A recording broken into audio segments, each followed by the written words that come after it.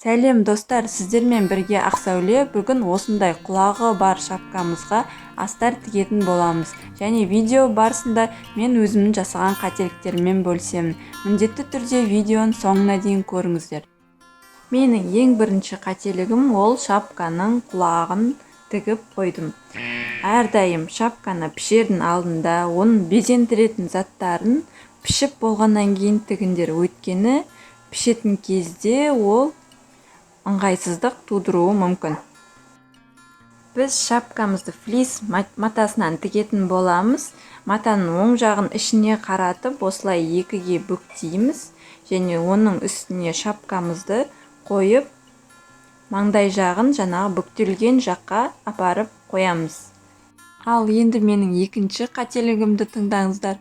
Ол менің астарым шапкадан үлкен болып кетті. Себебі мен шапканың маңдайын жаңа қайрылған бұрышына қатты тақамағандықтан. Сіздер кішкене шапканы ол жерден 5 мм-дей асырып қойып, содан кейін барып үстіне бормен сызғандарыңыз дұрыс.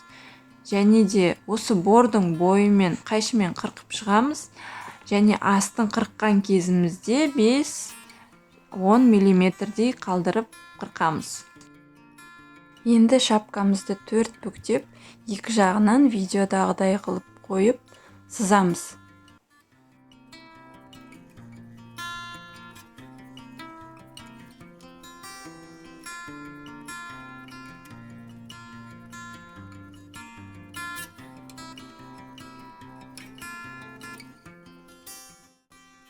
Енді шапканы екі шетінен тігіп шығамыз, теріс бетінен. Жаңа сызық тұрған жерге дейін. Екі жағын тігіп болдым, енді ортасын қырқып алып тастаймыз.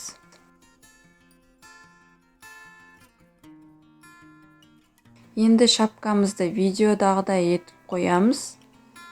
Екі жағын бірдей қылып. Содан кейін тоқылған шапкамызды 4 бүктеп, үстіне қойып сызамыз. Және осы сызылған сызықтың бойымен тігіп шығамыз. Мен тігіп болдым, енді артық маталарды қайшымен қырқып алып тастаймын. Мен астарды тігіп болдым. Енді бұл астарды біз шапкаға, шапканың бетіне безендіретін заттарды тігіп болғаннан кейін ғана барып тігеміз. Өйткені безендіретін заттарды тіккенде, егер астар тігіп қойсаңыздар, онда ыңғайсыз болады. Ал егер астар тікпей тұрып тіксеңіздер, ішіндегі жіптері көрінбейді. Өйткені оны бетіндегі астар жауып тастайды. Мен шапкамды безендіріп болдым, және де ішіне флис матамызды салып, тігіш жағын сыртқа қараттым, және 4 жағынан қадағыш қадап қойдым.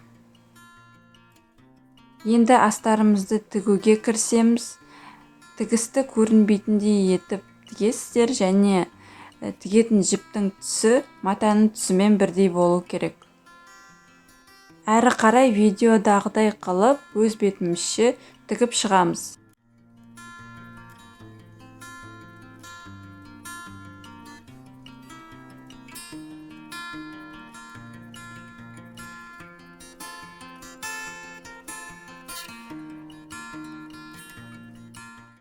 Достар, мен астарымды тігіп болдым.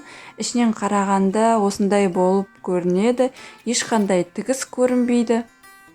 Егер де осындай шапка тоқығыңыз келсе, онда экрандағы ссылка бойынша өтіп видеоны көрсеңіздер болады. Келесі кездескенше сау болыңыздар.